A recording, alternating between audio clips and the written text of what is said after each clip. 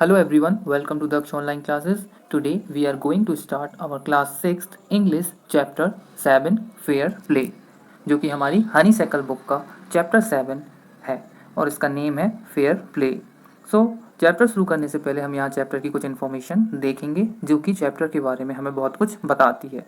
Has your best friend ever done something you thought was wrong? What did you do then? Did you keep quiet or did you tell your friend what you thought? Read this story। अब यहाँ पे ये बताया गया है कि आपसे ये पूछा गया है कि अगर आप किसी के बेस्ट फ्रेंड हैं और वो आपका बेस्ट फ्रेंड है और अगर वो आपके सामने कोई गलती करता है जो कि आप बर्दाश्त नहीं कर सकते या फिर आपको लगता है कि ये गलत है, तो क्या आप उसे रोकेंगे नहीं या फिर आप उसके बारे में क्या सोचेंगे कि ये गलत है या सही है और आप उसे वहाँ पर रोकेंगे या फिर चुपचाप रहेंगे? Read this story about two friends who had to decide what was more important, friends and friendship and enmity, or a sense of what is right and what is wrong. इस चैप्टर में हम इन्हीं to friends के बारे में समझेंगे, ऐसे ही क्योंकि बहुत अच्छे फ्रेंड्स तो हैं बट अब उनके लिए जो एक ऐसी सिचुएशन बनती है लाइफ में जो कि उनको सही और गलत की चॉइस करनी होती है उनमें से एक को कि क्या सही है और क्या गलत है, और वो उसमें फ्रेंडशिप को रखते हैं या फिर सही और गलत को रखते हैं सामने। आइए हम अपनी इस स्टोरी का फर्स्ट पार्ट यहाँ से स्टार्ट करेंगे। इस चैप्टर की 3 पार्ट्स हैं जो कि आपकी बुक में ऑलरेडी दिए हैं। हर एक पार्ट की हर एक वीडियो का पार्ट फर्स्ट, सेकेंड और थर्ड होगा। Let's begin with text. Fair play part first. Jumman Sheikh and Algu Chaudhary were good friends. Jumman Sheikh और अलगू चौधरी बहुत अच्छे दोस्त थे। ओके, गुड फ्रेंड्स मीन्स बहुत अच्छे ही थे दोस्त। Strong was their bond of friendship that when either of them went away from his family from the village went away from the village। तो इसमें क्या था कि उन लोगों का जो बॉन्ड था, जो उनकी दोस्ती थी, जो उनकी आपस में इतनी दोस्ती, इतनी घनिष्ठ दोस्ती थी कि वो एक दूसरे से कभी दूर हो ही नहीं सकते थे। और उनमें इतना तक था कि जब कोई एक उनमें से घर के बाहर जाता था तो उनमें से एक घर उनके दूसरे का घर संभाल लेता था। ठीक है, तो ये इस टाइप की उनकी इतनी अच्छी बॉन्डिंग थी। The other looked after his family, both were greatly respected in the village. और दोनों की इतनी अच्छी दोस्ती को देखते हुए उस गांव में, उस विलेज में उन दोनों की बहुत ज़्यादा रिस्पेक्ट होती थी। Second, Jumman had an old aunt who had some property. Jumman के पास एक ओल्ड आंट थी। ओल्ड आंट मीन्स यहाँ उसकी मौसी भी हो सकती हैं, चाची भी हो सकती हैं, बट यहाँ हमें जो चैप्टर में बताया है वो उसकी चाची थी। Okay, Jumman had an old aunt who had some property, जिनके पास क्या थी, कुछ प्रॉपर्टी थी। This she transfer to him on the understanding that she would stay with him and he would look after her. उन्होंने ये जो आंट के पास, जो उनकी जुम्मन की जो चाची थी, जो आंट थी, उनके पास जो प्रॉपर्टी थी, तो उन्होंने उसमें से कुछ प्रॉपर्टी जुम्मन के नाम कर दी, ये देखते हुए on the understanding that she would stay with him and he would look after हर, ये देखते हुए या फिर ये समझते हुए कि जब वो किसके पास रहेंगी, अपने आखिरी जो अपने मतलब जो आखिरी पल हैं अपनी ज़िंदगी के, वो अब किसके पास रहेंगी, जुम्मन के पास, जो कि एक ही उनका बेटे ही जैसा था, उसके पास रहेंगी। तो उन्होंने कुछ प्रॉपर्टी उसके नाम कर दी। The arrangements worked well for a couple of years. अब जो अरेंजमेंट था इस टाइप का कि उनके बीच, मतलब कि ये उन्होंने उनको ये देखते हुए प्रॉपर्टी कर दी कुछ उनके नाम, जुम्मन की और उसकी वाइफ की, कि ये अब मेरी देखभाल करेंगे। तो कुछ दिन तक या फिर कुछ सालों तक तो सब कुछ ठीक चला। Then the situation changed. But अब क्या था, जो सिचुएशन थी वो चेंज हो गई थी। Jumman and his family were tired of the old relatives. Okay, जो जुम्मन और जो जुम्मन था और जो उसकी फैमिली थी वो उसके ओल्ड रिलेटिव्स से मतलब जो ओल्ड रिलेटिव्स थे उनसे बहुत ही ज़्यादा टायर्ड हो चुकी थी, थक चुके थे, क्योंकि उनकी जो फैमिली थी और उसकी जो जुम्मन और जो उसकी फैमिली थी, यानी जो उसकी वाइफ थी, वो जो आंट थी जुम्मन की चाची, उसके जो जितने भी काम थे, क्योंकि वो बुजुर्ग हो चुकी थी, उसको ज़्यादा करके नहीं दे पाते थे और उन्हें एक बोझ सा लगने लगा था। Okay, Jumman become as indifferent to her as his wife who graduate even the little food that the old lady wanted every day। और वो इतना तक करने लगी थी, जो जुम्मन था वो भी अपनी वाइफ जैसा ही था और वाइफ भी जुम्मन ही जैसे व्यवहार करने लगी थी उनकी आंट से।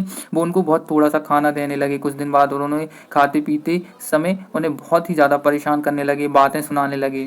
तो इससे वो बहुत ही ज़्यादा फ्रस्ट्रेट हो गई थी। कौन, जुम्मन की aunt. She swallowed this insult along मतलब के साथ, along with her food for a few months. वो कुछ महीने से इसी टाइप की जो इंसल्ट थी, देखिए यहाँ सोलोड दीज इंसल्ट्स का मीनिंग भी दिया है।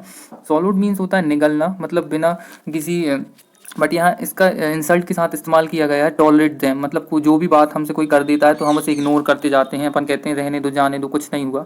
बट यहाँ जो जुम्मन की जो आंट थी उनके साथ इतनी इंसल्ट हो चुकी थी, उन्हें जो खाना वगैरह दिया जाता था वो उन्हें गुस्से के साथ और बातों के साथ दिया जाता था, सुनाते थे बातें उनको। But patience has its limits, but धैर्य की भी कोई सीमा होती है, तो उन्हें इस चीज़ का धैर्य रखा तो था, बट उसकी भी एक सीमा थी कि वो कितना सुनती उनकी बातों को। Third, one day she spoke to Jumman, उन्होंने आखिरकार एक दिन जुम्मन से बात की। My son, it is now obvious that I am not wanted in your house.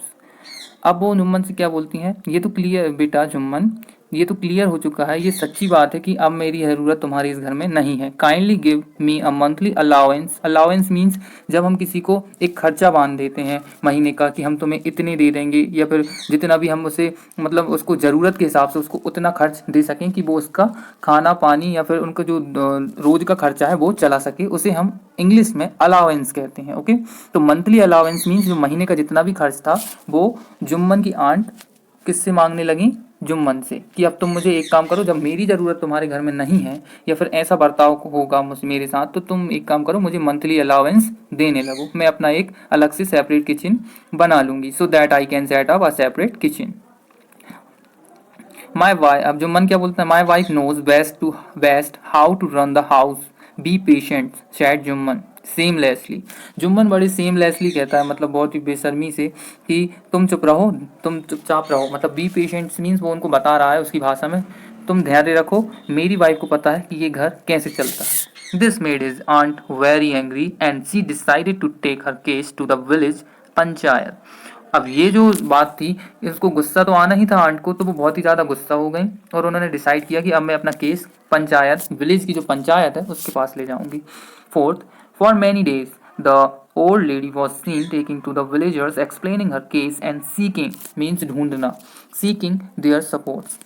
अब कुछ महीनों तक तो या कुछ दिनों तक तो क्या होता रहा कि जो ओल्ड लेडी थी, यानी कि जो जुम्मन की आंट थी, जो चाची थी, वो विलेज में जितने भी लोग थे उनको अपना केस समझाती रहीं कि मेरे साथ ऐसा हो रहा है, ऐसा हो रहा है, और अपने सपोर्ट के लिए बहुत से लोगों को ढूंढती रहीं या तलाशती रहीं। सम सिंपैथाइज्ड विथ हर, मतलब कुछ लोगों ने तो सहानुभूति दिखाई, अदर्स लॉफ्ड एट हर, और कुछ लोगों ने उन पर हंस दिया कि ये क्या बात कर रही हैं आप। And a few others advised her to make it up with her nephew and his wife, और कुछ लोगों ने ये सलाह तक दे दी कि तुम तो अपने नेफ्यू मतलब अपने भांजे और उसकी वाइफ के साथ ही रहो, यानी जुम्मन और उसकी वाइफ के साथ रहो, तुम्हारा वो ही आखिरी तक देख रेख कर पाएंगे। At last she came to Algu Chaudhary and spoke to him, और आखिरकार वो किसके पास आई, अलगू चौधरी के पास आई, और उन्होंने अपनी सारी बातें अलगू चौधरी को बताई। अलगू चौधरी कौन था, अलगू चौधरी जुम्मन का जो कि बेस्ट फ्रेंड, जिनके बारे में हम इस चैप्टर में पढ़ रहे हैं, वो दोनों ही हैं, अलगू चौधरी और Jumman. Jumman is my best friend, how can I go against him. अब अलगू क्या कहता है, जब सारी बात पता चलती है, तो जुम्मन तो मेरा बेस्ट फ्रेंड है, मैं जुम्मन के खिलाफ कैसे जा सकता हूँ, how can I go against him. Algu said, but is it right my son to keep mum and not say what you consider just and fair.